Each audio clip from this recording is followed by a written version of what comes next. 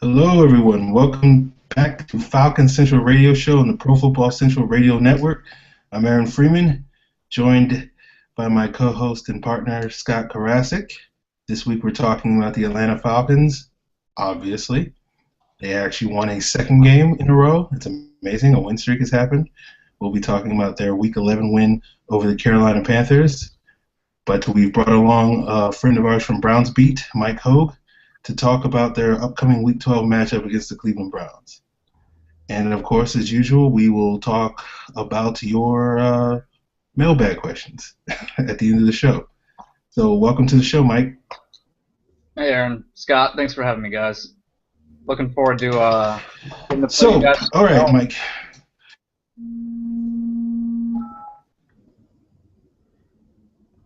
You good there, Hmm? You good there, Aaron? Did I freeze up on you guys?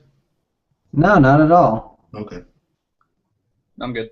All right, sorry. But Mike, you're a Browns fan. The Browns are in. Where's their playoff seed right now? Like, if the playoffs started tomorrow, would they be in the playoffs right now? I have to check. Okay. They're not. They're half game behind Cincinnati in the AFC North right now. I don't have the playoff picture in front of me right now. Well, regardless, they have a winning record, and they're in the playoff hunt as they speak. And this is like the first time since 2010, 07? 2007. Yeah. Okay. They were 10-6 in 2007. That was the Derek Anderson year, right? Yeah. That was a really weird year. We had we were rooting for Jim Sorgi and the Indianapolis Colts to beat Tennessee Titans, and that obviously did not happen. Yeah. So no play. Well, apparently the Falcons and Browns have switched places because the Falcons are suddenly turned into a cellar-dwelling team in the NFL, and the Browns are suddenly this juggernaut for some reason. I don't know what's going on, but I guess we'll get your explanation on how the Browns have been able to prove in their success this season. And I guess Scott and I will talk once more about why the Falcons haven't had so much success. But at least this week we can talk a little bit more positively about the Falcons because they actually won a game. Hey, we're division-leading Falcons. Come on now. All right. Well, yeah, Scott, let's talk a little bit about this Panthers win. You know, we try to keep the show positive, so we have a little bit more positive things to talk about than we've had in past weeks. So what were some of the positives you saw in the Panthers game? I mean, outside of winning the game and leading the game for about 55 minutes of it, there were a lot of positives, mainly on defense, like playing guys in the right spot and, getting a semblance of a pass rush. Not really a great pass rush, but something was there to where Cam Newton was making some stupid throws. And my boy Kamal Ishmael getting a hurry that forced the Trufant pick. And a pass deflection was nice to see, not going to lie. I was a big fan of seeing Kamal have a good game. And I think he can do the same this week against the Browns. Because no offense to Brian Hoyer, but I think Brian Hoyer, passing-wise, is on the same level as Cam Newton, minus all the just arm strength, because Cam Newton's arm strength is unreal. I can't argue with that one, Scott. I hold a very unpopular opinion among most Browns fans and writers, and Brian Hoyer, and what I think about him as a quarterback and where we're going forward with him with his contract. Yeah, I'd agree about the Cam Newton, the accuracy issues, especially when hurried in the pocket. But I don't think he's going to be a problem for the Falcons, no matter who's playing corner this weekend. Well, I mean, Desmond Trufant's a beast at corner. He just can't catch. Got one on Sunday, though. Yeah, because it was thrown right to him by Cam Newton. Though, to be fair, he did have a great read on that play. He drove on the ball. He cut off Kelvin Benjamin right at the rip and just right in his hands. And he still kind of bobbled it a little bit, even though he caught it. Because, I mean, that's why he plays defensive back. Yeah. pretty much. He comes from a family of defensive backs, so I guess nobody in the Trufant family can catch. On the bright side, they don't really have to. They have to hit, and they have to run. Yeah, they do that well. I understand why Alfred this week, unless it's, hey, we've got to make sure his arm sets properly before we throw him back out there with the cast. Which in that case I can understand. Mm-hmm. But other than that, you can play cornerback with a broken hand and broken wrist. It's true. It's true, yeah. You can still run, you can still cut, you can still knock the ball away. You can still do everything you need to do as a cornerback except catch with a broken wrist. Yeah. It'll be a little bit harder against bigger wide receivers because, those types of guys that you have to have, you got to use your hands a little bit to deal with those guys. And other than Josh Gordon, the Browns aren't really that big an obstacle. But, next week against the Cardinals, going against Larry Fitzgerald, if he's back, and Michael Floyd would be a little bit tougher task. But, I'm not too worried about it. As long as he gets healthy, I'm happy. So, whatever. I'm not a doctor, so I don't know. Scott, the Falcons made a move today, a practice squad move. They signed a guy that I don't really know anything about. Maybe you do, and I was hoping maybe you have a little bit of an idea of who he is. Ricky Havili-Haimuli, nose tackle, out of Oregon, to the practice squad. Is he any good? You remember how much I liked, what was his name? Travian Robertson, the guy who just got signed away? Yeah. About the same. Okay. Just a big, fat, rotational nose tackle. Gonna get some good push, gonna eat some double teams, but if it wasn't the fact that he was 325 pounds, there'd be 8 of him living on this planet. But there's like 4 of them living on this planet because they're like 325-pound dudes. It's tough to find guys who are 6'4", 325 pounds. Outside of Samoa, yeah. Well, I mean, this guy is Samoan, so I mean, this is like Paul Soliai's little brother, is the way I kind of explained it. Okay. Only like half as good as Paul Soliai. So basically Travian Robertson. I'd rather see Rashid Hageman get snaps at nose tackle, which is probably the best bet, honestly, for Rashid having an impact. Although he has shown a lot of improvement the last couple of weeks, and you can't even argue with that, Aaron. No, he's made, he's been a nice rotation player the last couple of weeks. Can't argue with that. And I think he should be playing in pretty much a 50-50 rotation with Soliai right now, because Soliai has been inconsistent because the second half of the game he tends to fall off. But the first half of the game he looks fine. Yeah, that was the situation in Miami.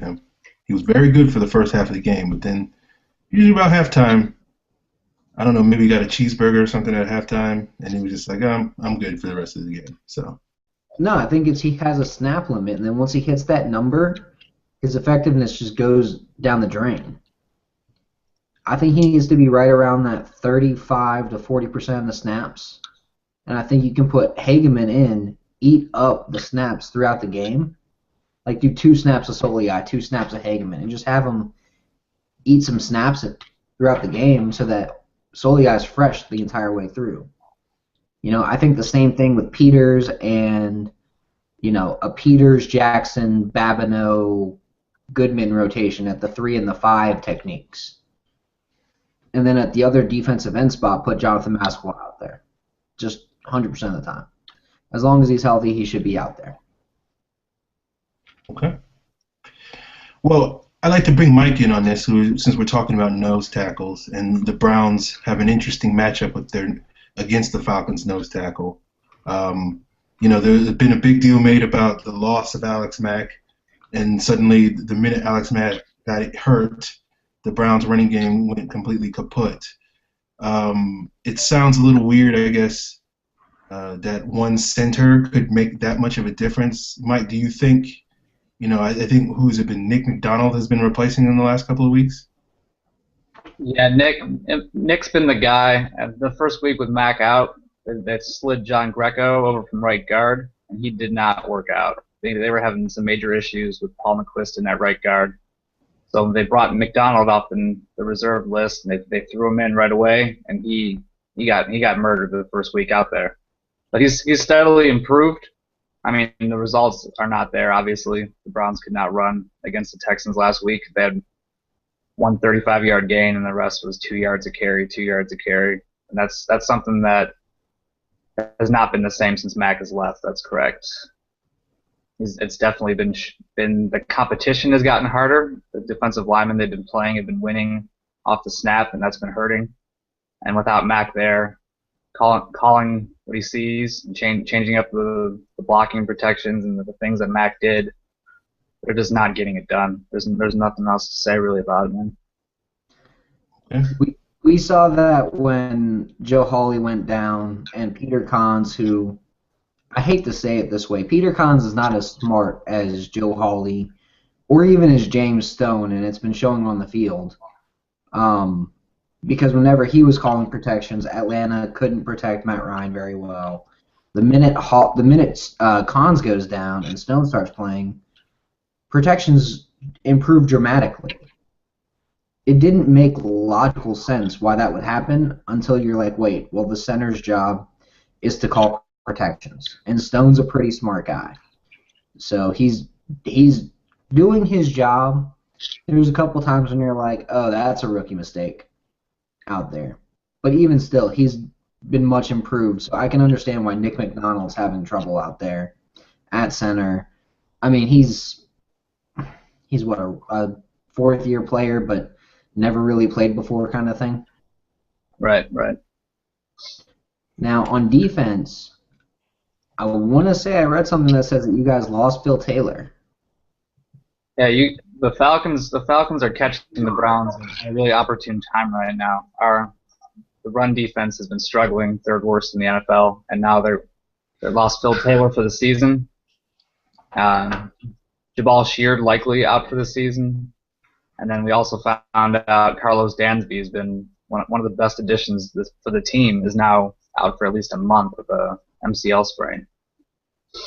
So what you're telling me is that 3 of your best 4 defensive players are out. 3 of the best 4 defensive players on the third worst rush defense in the NFL are out. Yes, that's correct. Well, you're in luck because Atlanta has one of the middle-of-the-road rush offenses. It's gonna look. I wouldn't say they're awful because they're averaging 4.1 yards per carry. They just don't really get enough carries. They're literally middle of the road. They're number 17 in yards per carry. Alfred Blue put up 150 yards last week for the Texans. Ooh, So Blue. Yikes. So Steven Jackson and Devontae Freeman will probably combine for 200 yards on your defense. I don't think that's crazy to say at all. No. and Matt Ryan will have all day to throw because you're trying to stop the run, and Julio Jones will own whoever he's against because you'll have 8 in the box, which is weird to say for the Falcons because they never have anybody put 8 in the box anymore. Now the Falcons are going to score some points on Sunday. That's for sure. I have no doubt about that.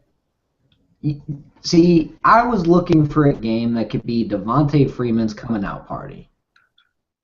As far as, like, just running all over a team, making it look like Steven Jackson's irrelevant. And what I'm kind of feeling is that this might be the week, unfortunately, for the Browns. But I feel like this might be the week because the game's in Atlanta. Your defense has a butt ton of injuries. You know, Billy Wynn, Desmond Bryant, they haven't looked good the past couple of weeks. You know, and I like Atiba Rubin, but he's been just okay the past couple of weeks. He's been one of the bigger disappointments this year. Oh yeah, I mean, like he could be dominating games, but he's just been meh. The real issue that I see is Sean Gibson, Dante Whitner having to play in the box all day. That's for Whitner's at his best. I mean, but he hasn't been able to do very much because offensive linemen have been getting off to the second level. They've been taking him out of the game, taking Dansby out of the game, getting big chunk yard plays, and it's not much he can do when his defensive linemen aren't keeping gap integrity and are getting blown off the ball. Man, Mike, he's to run the ball. I will say this about the matchup with the Browns defense. The one thing that's held true for the Falcons this year is if you can slow down Julio Jones, you pretty much can stop the Falcons offense. And so to me the biggest question is, because I know the Browns are one of the few teams that do this, and I guess Scott and I can talk a little bit about this because the Falcons started doing this past Sunday, but you guys use Joe Hayden as a shadow corner. So do they trust Joe Hayden enough to put him on an island against Julio Jones? Joe Hayden's had a much better second half of the season. Well, after the bye week in week 4, dating back to last year, he was doing bad in situations against players like Julio. He's not as quick as some of the corners. He doesn't move as well down the field. He did play well against Calvin Johnson last season and some of the bigger guys that aren't necessarily burners like Jones. But I think they will try to do that because if they don't, there's no real other option for them to stop the Falcons' offense. I think they have to rely on their best corner playing him one-on-one. I just don't think he's going to succeed. I'm really worried about it. He's been torched by Antonio Brown so many times that it's hard to have confidence despite him playing a lot better. Jones is a really great talent. I don't know if he's going to be able to do it. Okay.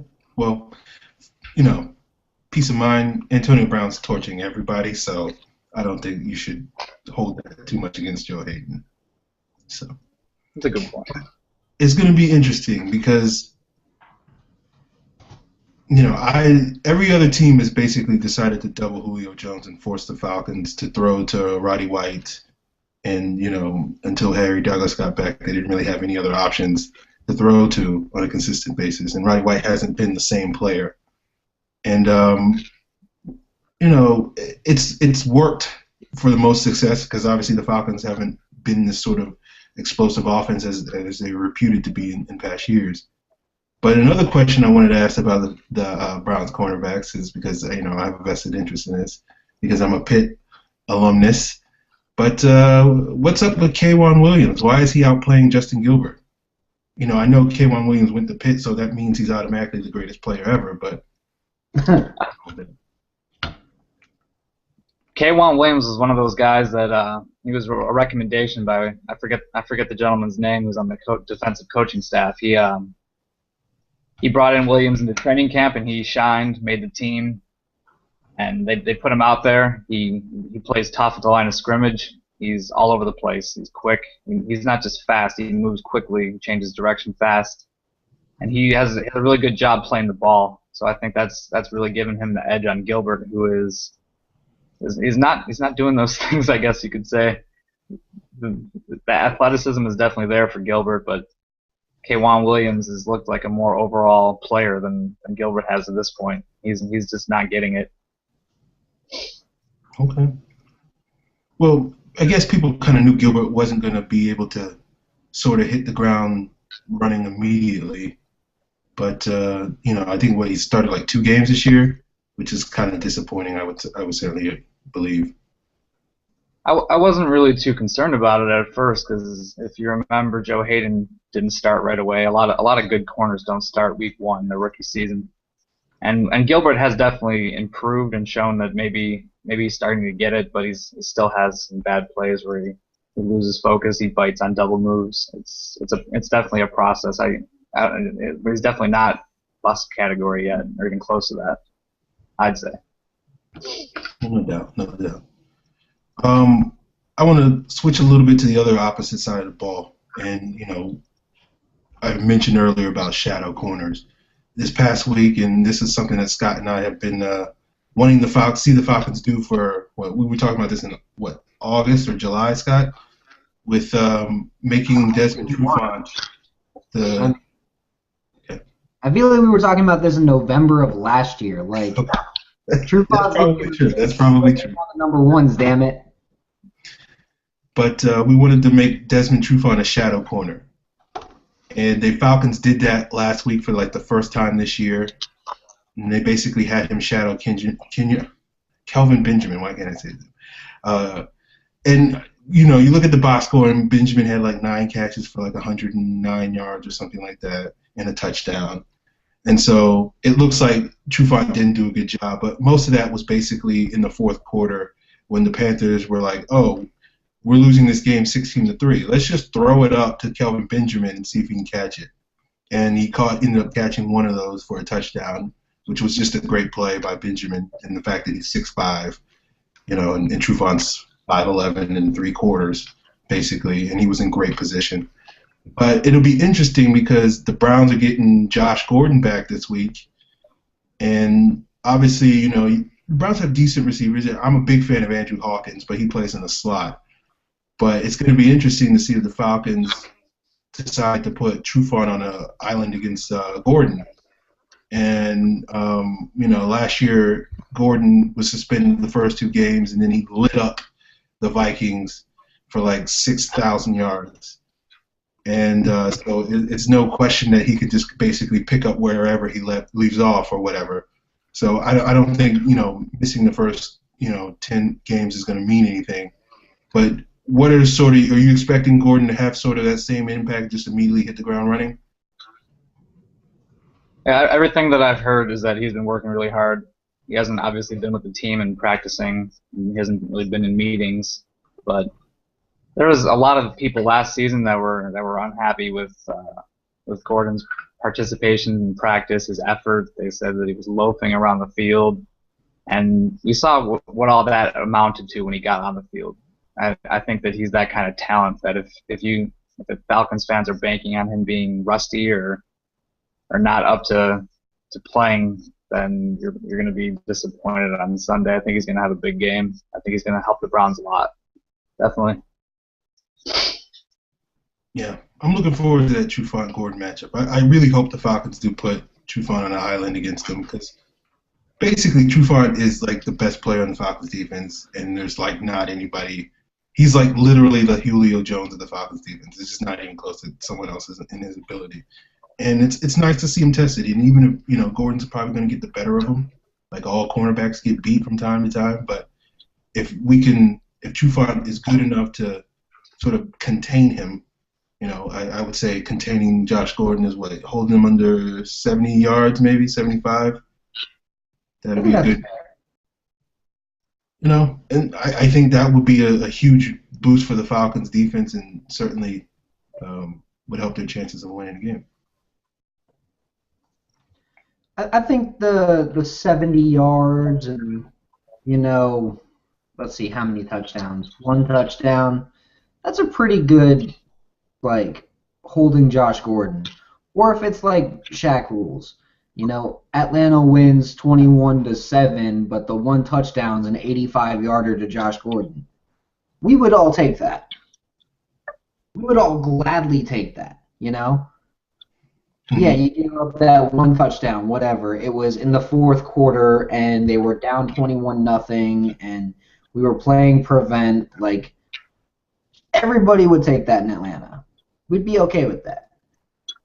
But that's not going to happen. I think Josh Gordon goes off. I think he has 10 catches, 180 yards, 2 touchdowns, and I don't think that Atlanta shadows him, unfortunately. I think that he's going to be all over the field, and people are going to go, man, he's a beast. Why did they ever suspend him? Weed isn't that bad. That's what people are going to say. Well, I'm not looking forward to Bobby McClain matching up with Josh Gordon. That's a recipe for disaster. But I guess I think the reason why Brian Hoyer was so successful last year and why Brandon Whedon wasn't, at least from what I noticed when I watched the Browns last year, was Brian Hoyer was like, oh, Josh Gordon is really good. I'm just going to throw him the football, and he's going to do all that stuff. And so I guess this is my segue for you to take the floor and explain why you're not the world's biggest fan of Brian Hoyer, which I'm assuming is your opinion on him. Yeah, Aaron. I feel that he's not a complete quarterback, and that a lot of the things that he's done positively this year have been a result of Kyle Shanahan and the system that he's playing in, which is not it's not a knock on him because he's had success in it, but rather he has not had as much success when the system breaks down. You know what I'm saying?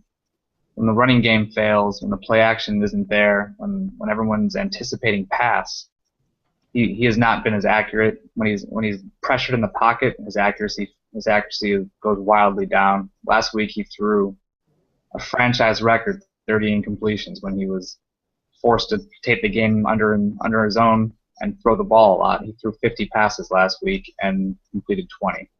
I mean, that's just one game, and this is not my opinion because of that game, but that just is another reminder to me why I've said the things that I've said, and I've taken a lot of heat for them. But I'm not going to change what I think because he has a couple good games, and a play action pass fools the defense, and he finds Andrew Hawkins wide open for an 80-yard touchdown. It does look good on him, but if you look at the throw, even on a play like that, where's the ball at? The ball's 2 yards behind Hawkins, who has to stop to get the ball and then run down the field. And when those plays are contested, they're just not there. So I mean, I like a lot of the things that Brian Hoyer does. I like his leadership. I like his command of the huddle. I like at the line of scrimmage, he makes a lot of adjustments. And he does throw a nice football for a certain distance. But the decision making sometimes and the accuracy under pressure and the arm strength are just things that are not going to change the longer he starts. So he might have a big game this week with Gordon coming back with his yard after the catch ability. If the running game gets going, I know Atlanta struggles to stop the run, and if they can establish the line and get the running game going, Hoyer could have a big game, but I'm not going to change my opinion based on one game, you know?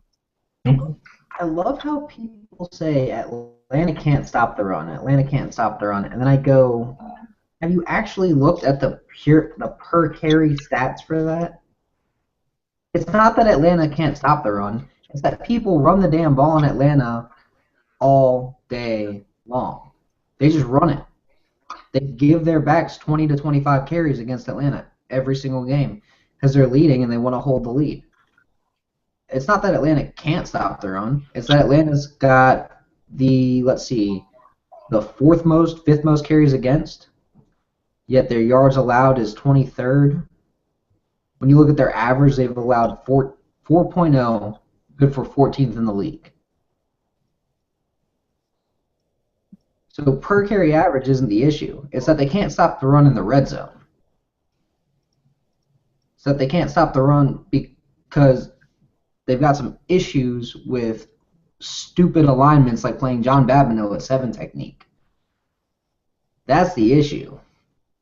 Put a real defensive end out there. No offense to John Babineau, but he's not a defensive end. He's a defensive tackle. And you're gonna have better games stopping the run. And take away like the 3 long runs they've allowed. They allow a lot per game, but it's not because they're allowing. Let's look at it this way. Teams are averaging 31 carries against the defense every week. I would hope that they have 120 yards a week.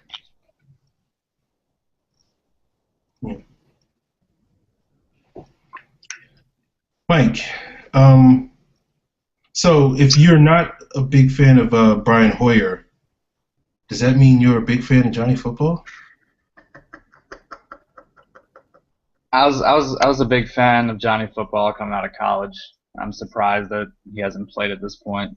and Zach Mettenberger and Blake Bortles and Teddy Bridgewater, and Derek Carr. And all these guys have already gotten to play and see what they're made out of. And I think that people who are saying this wasn't a good quarterback draft class are really getting vindicated right now, but based on the play we're seeing out of these guys. I had Manziel as the quarterback I wanted. I wanted the Browns to draft Johnny Manziel.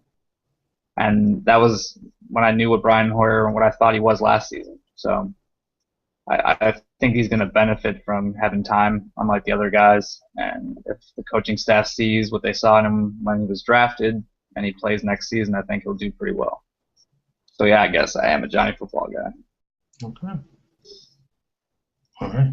Well, I feel like there's the football gods have decided, because they know the Falcons are terrible against mobile quarterbacks, that Brian Hoyer is going to trip and fall and tear his ACL or something, and we're going to see Johnny Football come into this game and just go for 300 yards rushing or something ridiculous.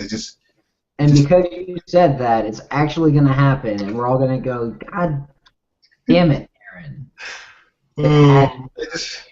It just feels like it's like you can't you. have a quarterback like Johnny Manziel and not have a big game against the Falcons. It's just physically impossible for that not to happen. So kind of some Michael Vick voodoo. Yeah. I mean, for years we had Michael Vick, and it was like every day they practiced against this mobile quarterback. But the minute Tarvaris Jackson showed up and played the Falcons, run for 90 yards against us, and it was just like, you guys see this every day. How do you not know how to defend this? It was ridiculous. So I don't know. I can't believe that's a legitimate question that you're asking, because we're talking about a defense that was slow. You had Keith Brooking and Matt Stewart and Chris Draft as the linebackers for that defense. I think you run a faster 40 than Chris Draft did. Love Chris Draft. Slow as shit. I don't know if this current defense is any faster than that defense. I think it's much faster when they're playing this 4-safety nickel. That's basically a 4-3 with 2 safeties out there. Sorry, that's the defensive concept that I think they should run after they get Moore back. Put Moore and Southwood as linebackers, as outside linebackers. Have Ishmael, well, maybe put Moore as deep linebacker and Ishmael as an outside linebacker. But have Ishmael and Southward low. Have Moore and Lowery deep. And then just blitz all the time. Okay. Because you're not getting any pass rush from the front four. No, you're not. Not when you're playing 4 defensive tackles in a Tyson Jackson, Paul Soliai, Rashid Hageman, Jonathan Babineau alignment. Yeah, that's true. Browns made happens every week, so I'm used to it. But Mike, the Browns made headlines today because they, like every other team in the NFL, decided to cut a running back. What is your take on Ben Tate getting cut? And how do the Browns sort of, is it just no sweat off their back because Kroll and Terrence West are better? I was really on the Ben Tate side of the fence for the last few weeks leading up to last week, sorry. I love the Ben Tate signing. They got him pretty cheap. He had starting potential, starting experience when Foster went down. I like the kind of runner that he was and thought he was a perfect fit in the zone option and the zone read running game. So for some reason, I don't know whether his knee injury, the MCI sprain, was lingering. I don't know what exactly caused it. He just didn't. He did not have the kind of burst that he had last season, or even against Pittsburgh this year, or the week before against Tennessee. And a lot of people point back to the Tennessee game and say, "Well, Ben Tate ran for a career high 120 yards." Well, did anyone see what Le'Veon Bell did to Tennessee last night? Has anybody seen what other? What was that? It made me wish the Falcons could play Tennessee this year. Yeah, I mean, Ben Tate played great that game, but he was breaking tackles of defenders that can't tackle anybody. So I don't put too much stock in that Tennessee game as I did earlier in the season. And Kroll and West are definitely the future for the Browns. I like both of them in the system, both of them as runners. If Kroll can find a way to keep the football, I don't know what he's got to do. He's got to sleep with it in bed at night. He's got to figure something out. He had another key fumble last week against the Texans that really took the Browns out of the game. They were driving. They could have made it a one-score game with a lot of time left on the clock, and down it goes. And if he can fix that, the combo of him and West for the next 5 years looks pretty good. So I'm not really against cutting Tate, especially if he was having problems in the locker room or with the coaching staff. If he wants to get the ball, maybe some other team thinks he's good enough, maybe they'll bring him on and give him a shot. But he just didn't work out. Yeah. West was the guy. Him and Trey Mason were the two running backs I really wanted the Falcons to get in the draft. We got Devontae Freeman, not complaining, but I was really disappointed when West got drafted. You talked earlier about the injuries to Sheard and Dansby. Obviously, Sheard is greatness because he went to Pitt, but he was probably you guys' best pass rusher. Barkevious Kiki Mingo, hasn't had quite the sort of impact that I think people, or at least that's what I've heard, people haven't said he hasn't quite lived up to being that number 6 overall pick. Do you think this is an instance where now that he'll have opportunity to step up and become the guy that I guess Browns were hoping he would when they drafted him 2 years ago? I don't think that Mingo is playing under expectations this year. I think coaching staff has put him in a lot of different positions, a lot of different situations that people question a lot. He drops back into coverage more than any other outside linebacker on the Browns. And they've said that he's shown he has the best aptitude for coverage, so that's the reason they're doing it. When he was drafted to be an edge rusher, and he's shown flashes of being pretty potent at that. But he's been playing with an injured shoulder all season, and he hasn't really been able to get over the hump, and he hasn't had the opportunities for one, like I said, and he hasn't really done much with the ones he's had. So I think the jury is definitely still out on him as well. Okay. Well, the Falcons haven't had, they've gotten better tackle play the last couple of weeks, but they still have some lapses. Scott and I talked about Ryan Schrader. What was the over/under on the amount of hurries he had? And I think, what we said, 3, Scott? I think it came under. We said 2. We said 3 hurries, maybe 1 hit, and that was it. And that would be a good game for him. That'd be like a really good game for him against a Charles Johnson character that he did. Let's just put it this way: the first time he saw Charles Johnson, he allowed a lot more than what he did this past week. Pretty much. He allowed 2 sacks. Hold on, let me pull it up. The first time he went against Charles Johnson, it was 2 sacks, no hits, and 3 hurries. The second time he went against Charles Johnson, which was this past weekend, he allowed 1 sack, 1 hit, 1 hurry. Improvement! Yeah. Next year we'll get 0 sacks, 0 hits, and 1 hurry, I guess.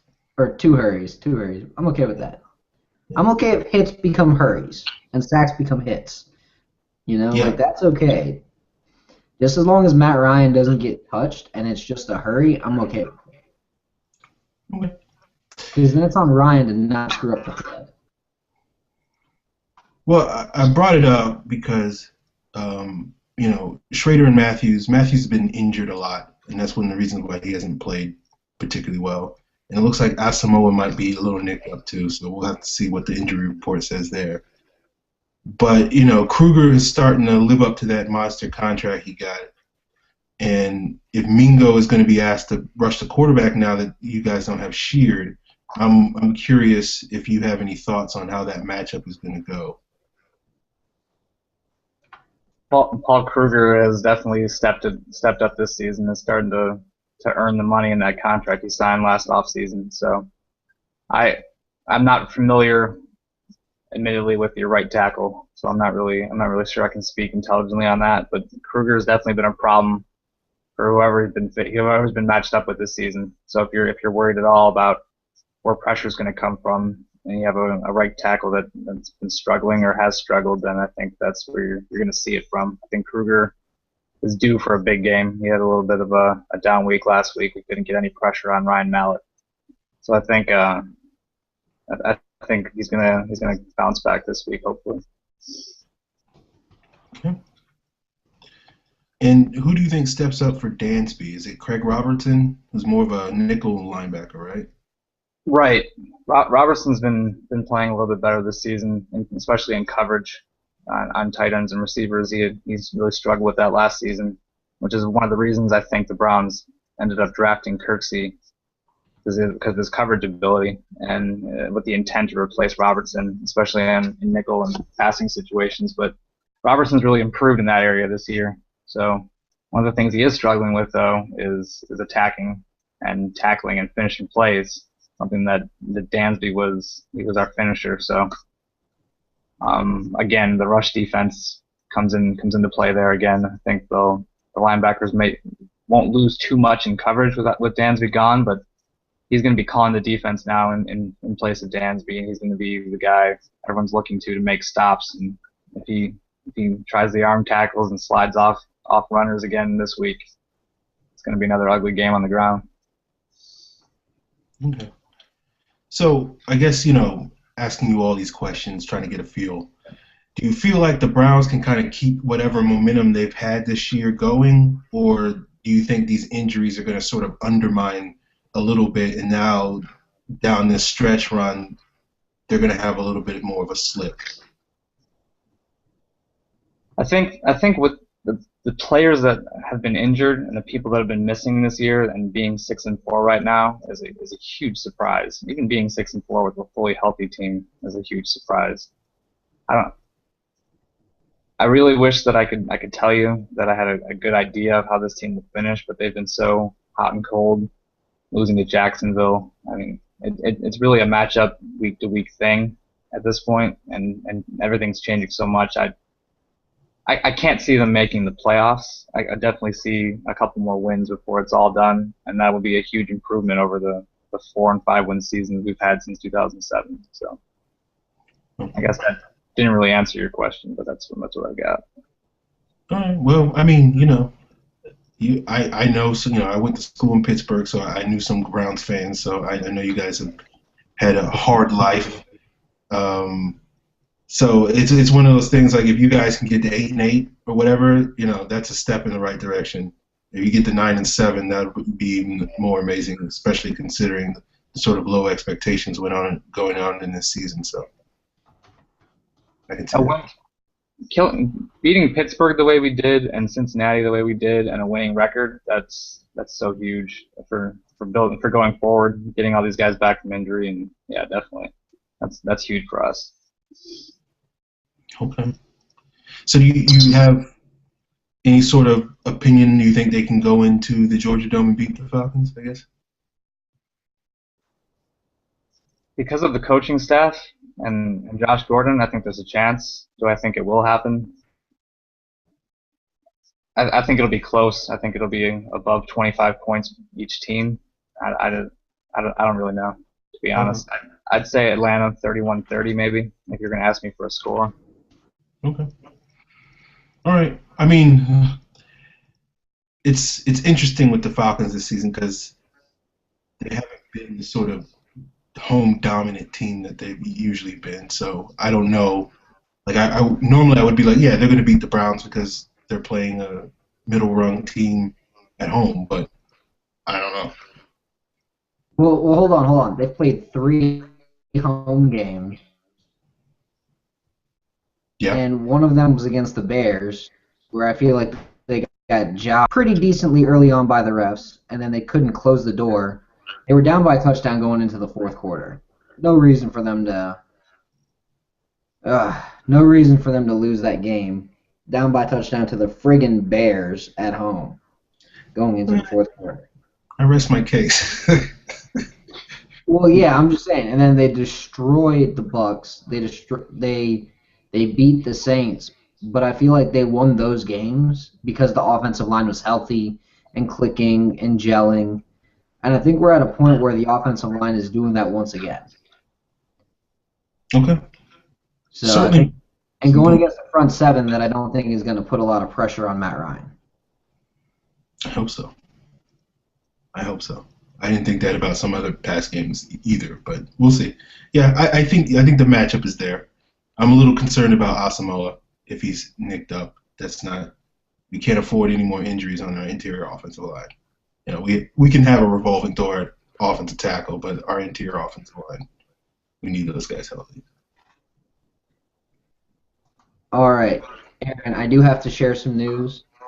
It's been announced during the podcast that our boy Morton Anderson and another guy named Mike Ken, who I'm sure if you've watched the Falcons in the 90s, or actually, hold on, he's well before the 90s.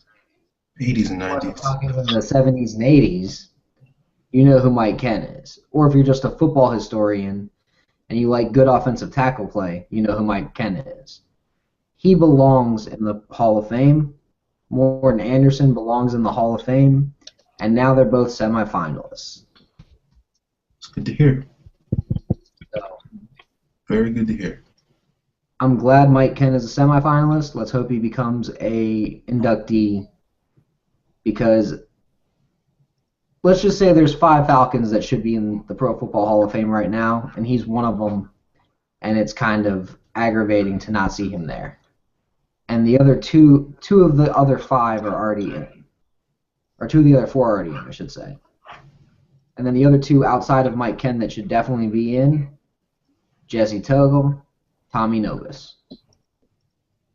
I agree. Something Scott and I agree on. The best linebackers of their decade should definitely be put in the Hall of Fame. Definitely. Yeah, Mike Ken is. I don't know if he qualifies yet for the what is it, the old guy list or whatever the case is. But I know Nobis is, and that's probably going to be his best path to get in. When Dick Butkus, Ray Nitschke, and Mike Singletary all say, this guy belongs in the NFL, I modeled my game after him, or belongs in the Hall of Fame, I modeled my game after him, you should probably put the dude in the Hall of Fame. They all said that about Tommy Nobis. Well, Mike, it seems like you got to duck out, so, you know, where can people find your stuff and read about what you think about this upcoming matchup? And we're gonna have a bunch of stuff up in the coming days on brownsbeat.com. You can follow on Twitter at brownsbeat, or you can follow me on Twitter at Mike Hogue Jr. And I'll be posting links throughout the week on both those accounts. So yeah. Mike, we appreciate you coming on, sharing your insights to the Cleveland Browns. We hope that Brian Hoyer continues to disappoint you this week. The Falcons win. So. Hey guys, thanks a lot. It was fun. Good luck this weekend. Good luck. All right, Scott. Since we don't have a guest anymore, I guess that's time that we should get into the mailbag questions. Oh, for sure. Yeah. We got a couple. We appreciate people for sending in those mailbag questions. Devontae Hughes asks, what defensive schemes were used last game and which worked the best? All right, first thing, Devontae, I missed when your username was a box of cookies. I'm just putting that out there. But when the Falcons were using a lot of 4-man alignment with Babineau at defensive tackle, and your defensive ends were basically Bierman and Goodman, the run defense seemed to be a little bit better. The problem is with that alignment, your pass rush is almost non-existent. When they did bring in Tyson Jackson and move Babineau out to the end, the pass rush went from almost non-existent to completely non-existent, and they were running that way too often. The best defensive schemes that they were using was just manning up Kelvin Benjamin with Desmond Trufant. That had the biggest impact on the entire game. If Desmond Trufant isn't, one-on-one with Kelvin Benjamin and they have Alford or McLean on him all day, you're going to have Atlanta loses that game in that situation. Just straight up, Atlanta loses that game. Let Philly Brown get his fluke deep ball play against Robert McLean where, it took a perfect throw, a perfect catch to beat him. Yeah, McLean got burned. Yeah, it was bad technique because he got beat by a double move. But McLean also probably didn't realize just how fast Philly Brown was because who the hell is Philly Brown?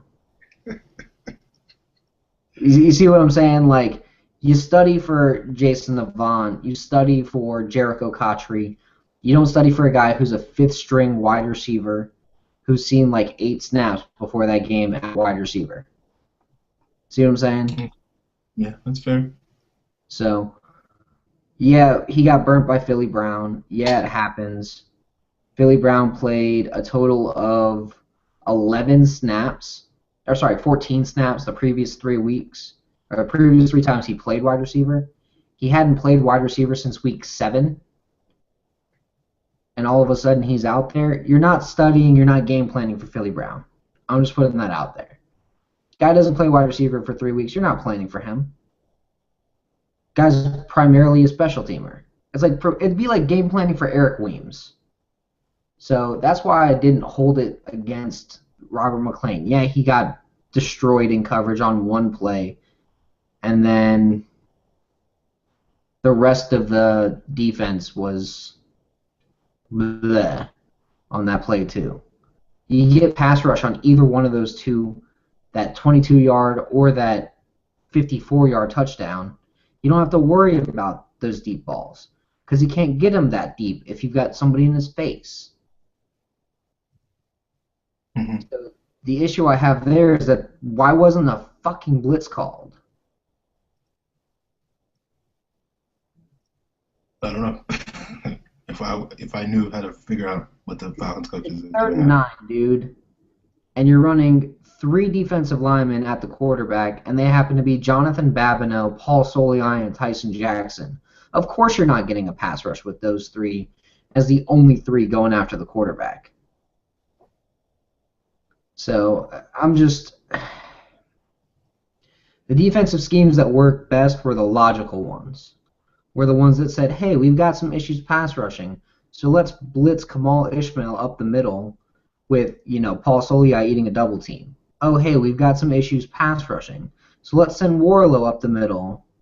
Oh, hey, we've definitely got to run some contain on the edge because Cam Newton can screw you, and they did contain Cam Newton pretty well. I mean, you gotta agree because they put a spy on him all day. Yeah. And yeah, maybe that spy was Paul Warlow, and Warlow's not as fast as Newton, but he looked pretty decent this past weekend. Yep, he did. He did. Even I got to admit, I've probably been Warlow's biggest critic this year. I mean, Warlow looked, and I'll be the first to tell you, his top end speed probably isn't amazing, but his side to side, his quickness, his lateral agility, it is very good. And I do think that Warlow as a middle linebacker is more athletic than most. However, when you're playing one linebacker out there every play, or a linebacker and a half because it's Prince Shembo, who's really a defensive end playing linebacker, you're not going to have a lot of great success with your linebackers. Atlanta needs to run real defensive schemes. Like on 1st and 2nd down, run a 3-4. You've got the personnel to run an actual 3-4. And with someone covering up the tackle, Troy Bierman can be effective. If Croy Bierman doesn't have to engage a tackle every play and it's just a tight end, he can be effective, as we saw against the Ravens when they ran a pure 3-4 that entire game. And the defense looked better than it has all year. So, yeah, it's great. You got all these 3-4 parts. You said you were moving to a 3-4, and then you're on a 4-2-5 nickel every play. That's about as logical as a polar bear riding a bicycle. Okay. Well, Doesn't make sense. the last 3 games, they've run a lot of dime, so they're basically running a 4-1-6. And I think Warlow's played a little bit better because he hasn't had to deal with other linebackers screwing him up. But to answer Devontae's question, in terms of the schemes, I don't know. But there was one particular thing, blitz, that they called in the third quarter that I thought was interesting. Basically, they had what they call a ninja front, where basically everybody is standing up as opposed to putting anybody down as a defensive lineman. And they had Babineau and Peters lined up wide. They had OC and Croy lined up, I think, in A or B gaps. And then they had Warlow also up. So it looked like they were trying to get A-gap pressure, but basically they ran stunts off of it with Babineau and Peters crashing down on the guards. And then Bierman and OC, I think, were the two that were looping around on the stunt. But basically on that particular play, Babineau destroyed whoever that right guard is. I don't know who the Panthers' right guard is. But it basically got a pressure on Newton that forced an incompletion, and on third down that got the team off the field. And I thought that was an interesting sort of look that the Falcons presented to the Panthers, because I know when they lined up against them, probably Cam Newton didn't have a clue what the Falcons were doing. So, and it proved effective. So I thought that particular scheme was interesting. So that's one play. I don't know. I liked a lot of the A-gap pressure that they were trying to put. They did sugar the A-gaps a lot, so they were putting a lot of Warlow or Bierman sitting there in the A-gap looking like they were providing pressure, or looking like they were going to pressure the A-gap, and then either jumping around the backside on that stunt, or they were looking like they were going to drop back into coverage. So they did put a lot of like, hey, this is going to be a pressure. Khalil changed the protection, and then they ran a different kind of stunt. So it did work out pretty well, but they need to do more of that in the future too. I'm really shocked at how Nate Chandler looked as an offensive tackle this past week, because he's looked like garbage the entire year, until I realized he was going against Croy Bierman all week. There you go. When your defensive end makes Nate Chandler look competent, it's time to put someone else at defensive end. Just saying. Put in Mapanga. Can't get worse. It's a shame, too. It's a shame. Him and OC had very quiet games. I was very disappointed that they were not as effective as I had hoped, beating Byron Bell and Nate Chandler. But I think part of it, and I won't say all of it, but I think part of it was the Falcons were so afraid of Cam Newton escaping the pocket that they were kind of telling the guys, don't pin your ears back, just keep him in the pocket, and it worked because Cam Newton was basically scattershot the whole game with his accuracy. So they used the big rules against Cam Newton, so it worked. All right, next question. All right, Jesse Lalamindre at Fonzie1988 asks, if the Falcons win out, would you consider it a successful season or still say Mike Smith needs to go? If the Falcons win out and go 10-6, have their third NFC South championship in, 7 years, basically prove that 2012 was, or sorry, not 2012, 2013 was just a bad year. And, the first half of 2014 was them just getting the young guys snaps and, realizing they need to fix some things with their coaching and actually going out and fixing those things with their coaching. That's the only way they do win out is if they fix those coaching issues. You know, I would say Mike Smith could stay. If the Falcons are 10-6, host a playoff game, and win a playoff game, at the very least, they need to win a playoff game for me to think Mike Smith can stay.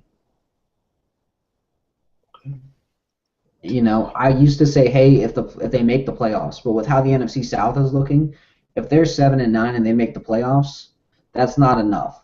I'd still say fire Mike Smith. As a 7-9 NFC South division champion, you fire Mike Smith because he didn't get you a winning record.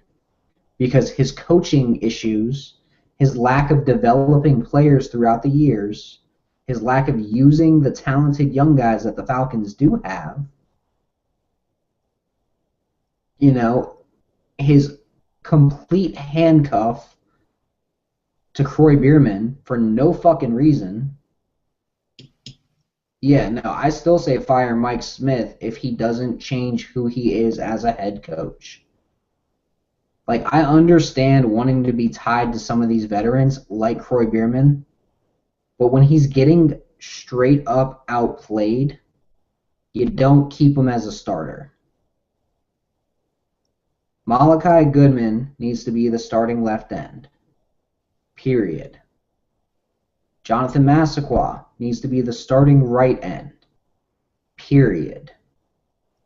Bierman could probably play strong side linebacker in the 3-4 when you run your 3-4 looks. Other than that, he shouldn't be on the field.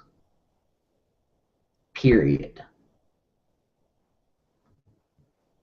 So right now, I'm saying Mike Smith needs to go because I don't see how if you play Croy Bierman out there, yeah, if you beat the Browns this week, woohoo, you beat the Browns, you know, and then you've got 2 built-in wins because you got the division.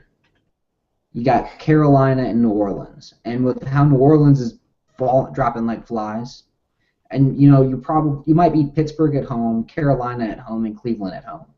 You're still going to get worked by Arizona. You're still going to get demolished by Green Bay, and then New Orleans could go either way. So at best, I see an 8-8 team unless Mike Smith changes everything about who he is as a head coach. I don't think that's going to happen. Now, the one thing I will say I like is that he went back to that 08 motto. 1-0 every week. Don't worry about anything else. 1-0. That's all we got to worry about. 1-0. And I like it because it keeps the team focused. Be 1-0. Maybe they'll focus on the 09 mottos next year of consistency and not getting penalties and smart football play and, you know, running a legitimate scheme on defense. I do think that if Marcus Sproul or Sean Weatherspoon were healthy this year, the Falcons were going to be in a lot better situation on defense. If both of them were healthy this year, I think Spoon probably would have been the weak side linebacker. I think Sproul probably would have eventually been the strong side linebacker, and Atlanta would probably be running a full-on 4-3 at this point. Okay. But I would say, my personal opinion is I think Mike Smith and Thomas Dimitroff should go regardless of how the season ends. But if the Falcons win out, if they go 10-6, heck, if they go 8-8, I think that would be a successful season based off the way they've been playing this year. So if that was the case, do I think Mike Smith will stay as opposed to should stay? I think he will stay if they make the playoffs. And unless, the Packers beat them 59-14 in the playoffs, which is certainly a possibility, I think Mike Smith will keep his job. But should he stay? No, I don't. I think the Falcons need new life, a new regime. I just think these guys have stagnated. We've seen their best, and their best wasn't as good as people think it is. They made it to the NFC Championship game, but that wasn't one of the best teams in the league. They were outside of Matt Ryan, Tony Gonzalez, Roddy White, and Julio Jones. They were bottom 5 in pretty much every category on the field. And so I just don't think that this team, those guys have what it takes to to make that team a lot better than what they've been, which has been a pretty good team, but I just don't think they can climb out of this hole. So I think they need to change, but we'll see what happens. Let's put it this way. The best coaches in the league scheme to their talent. They don't try to fit their talent to their scheme. And right now, because they're trying to fit their talent to their scheme, they're losing. So if they just scheme to their talent, ran a 3-4, we'd win some games. That's all I'm saying. Okay. Jim at Jim41288 asks, what is the ruling and possibility of Geraldo Beeldevine rejoining the team? Practice squad or roster? I don't think Beeldevine plays in the NFL this year, period. His hamstring tear is apparently worse than it was. It's apparently worse than it was going to be. Than the team was letting on. Which, again, how they handle injuries is another issue, but enough bitching about the coaching staff. Geraldo Beeldevine is probably out of the NFL for 2014. I do think that they'll sign him. Honestly, I don't know if they'll sign him either this year or next year. It really depends on who is the coaching staff. If Mike Smith and all them are back, I think they'll sign him at the end of the year to a futures contract. Yeah, I would agree. I think he's eligible for them to sign him now if they wanted to, but I don't think there's really no need to do that because you have Drew Davis coming back. What to do? Bernard Reedy on the practice squad. You have Freddie Martino. Beeldevine. The only reason you would pick him up now and put him on the practice squad really would be just to stash him for next year. And at this rate, I don't think anybody's going to really sign him. So I think it's really about futures contract, and it really depends on if Mike Smith is fired on Black Monday or Thomas Dimitroff is fired like that first week in January, which is usually the week when teams sign their guys to futures contracts. So we'll see. But I would say that's probably the best case scenario for both of us. Andrew Schauweiler. He's got a long one, Scott, so bear with me. Scott, I know you said you want Hugh Jackson as head coach or offensive coordinator. Aaron, I'm not sure what you said you wanted. But what coach or offensive coordinator would you want the Falcons to bring in, and that you think they would help get the most out of Matt Ryan in his prime and can bolster his numbers, and why would you choose that person? Sorry for the long question. Thanks. All right. As far as the best possible coach, it really depends on which side of the ball you want to pull from. When it comes to coordinators, I would love to see, when it comes to current offensive coordinators out there, I'd love to see Hugh Jackson. I think he would do a lot scheming the talent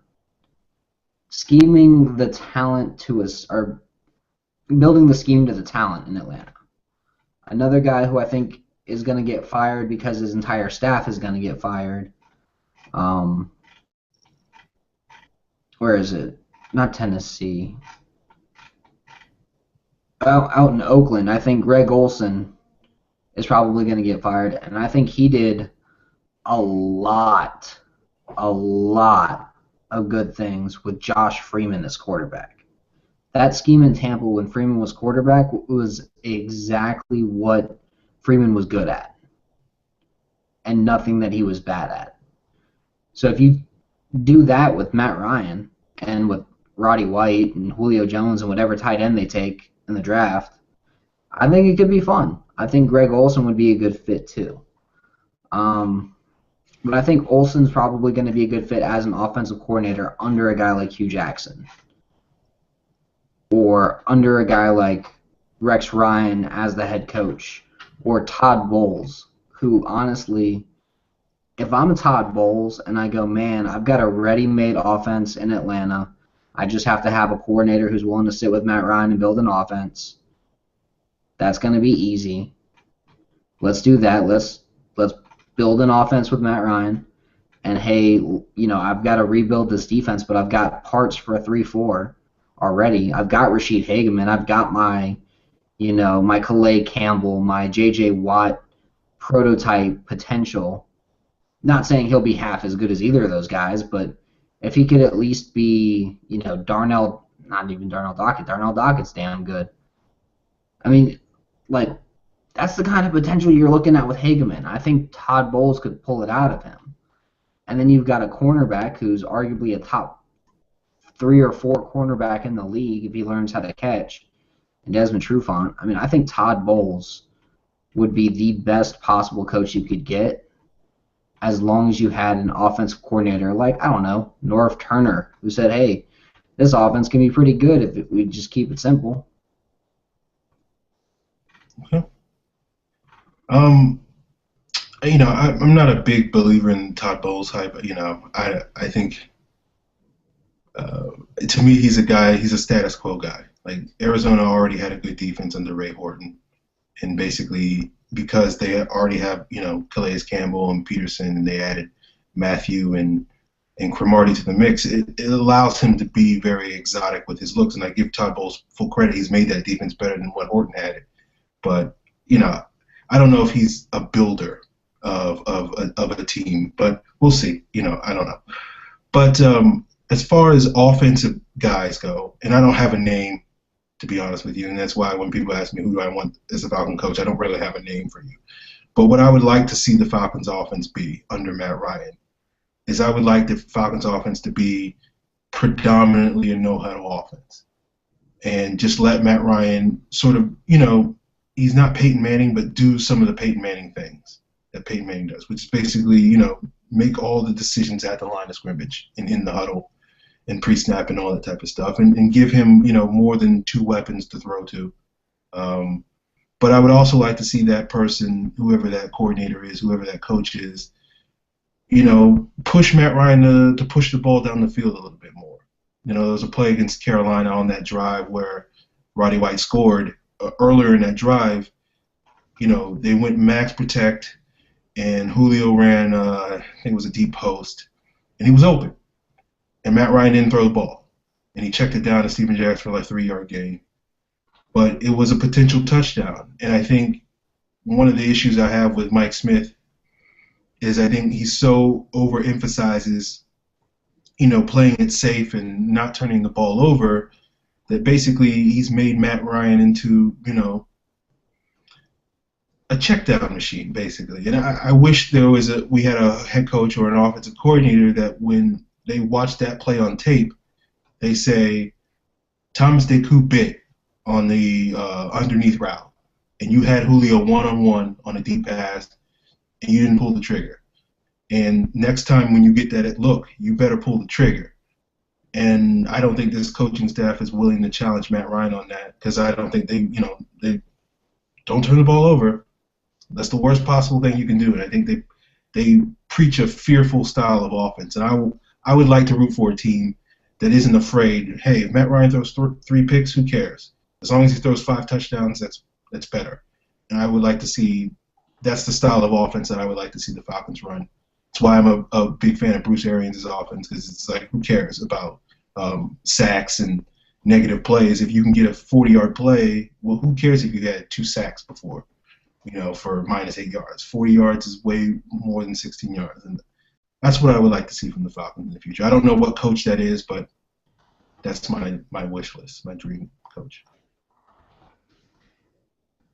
So it sounds like to me you'd be open to the thought of Adam Gase coming over and saying, you know what, this would be the perfect setup.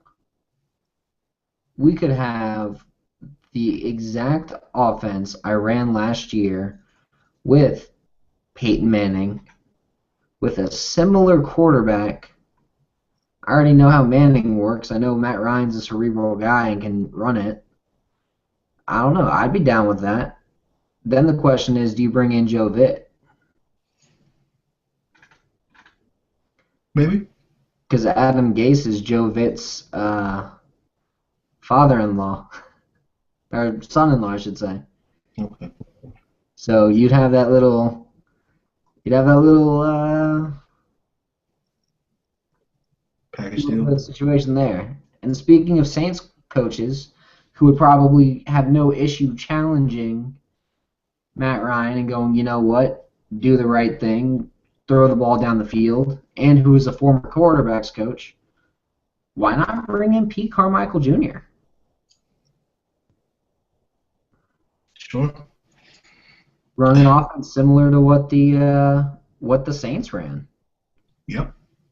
Base it around having good pocket control, base it around stepping up in the pocket and delivering throws downfield. You've got receivers. You've got, I would love to see Devin Hester running the same routes that Kenny Stills runs all the time. Those deep nines and the corner, the post, just those deep posts. Loving the slant routes to guys like Julio Jones and Roddy White. They do call some screens, but it's mainly to running backs, which is who it should be to, instead of wide receivers. Yeah. You know? Same Yeah, way. they call a wide receiver screen here and there, but they don't call 4 or 5 a game. They call like 1 or 2 every 3 weeks. Yep. So I would love to see Pete Carmichael bring in that Sean Payton offense for Atlanta. I think it'd be fun to watch, as long as he's willing to stick with a running game. You know, even if it's just run the ball 20 times a game guaranteed, that's still more than what Atlanta's doing right now. Yeah. I mean, yeah, again, I don't know who that guy is that's going to bring that offense in. But basically, if you could take Sean Payton's offense, you could take Bruce Arians' offense, you could take Adam Gase's offense, and, put them in a pot, mix them all around, and take, San Francisco's offensive line blocking scheme, and that would be the perfect offense. But, who's that guy? I don't know who that guy is, but that's what I would want for the Falcons. So, Scott, that is our show. We appreciate the mailbag questions. We will be back next week to discuss the Falcons' win over the Cleveland Browns, hopefully. Make it a 3-game winning streak so I can wear this Matt Ryan jersey for another week. I'm wearing a sweatshirt because it's freezing cold in my house. But okay, it's freezing cold from the top of Florida north. America, yeah, it's freezing cold in America right now. And you got to keep that electric bill down. So, yeah, next week we will come back and we'll be talking about the Falcons' win over the Browns and previewing their upcoming matchup against the Cardinals. I'm not looking forward to seeing that defense. So hopefully they beat the Browns. I'm at a point where I'm with Mike Smith on this one thing, okay? Okay. I'm just taking it 1 week at a time. Okay. I'm looking towards the future, but I am taking it 1 week at a time. All right. Let it come as it comes. There's a couple of things that I would say to change, but I'll get into the passing game and the one wide receiver screen situation that's driving me crazy next week. People can follow us on Twitter. I'm at FalcFan. Scott is at Scott Karasik. Hit up the show at Falcons PFC. Be sure to follow Pro Football Central at PF Central. Send in those mailbag questions. Send them in, Scott. Use the hashtag Falcons Mailbag. It's easier for us to find those questions. And that's about it, right, Scott? That's it.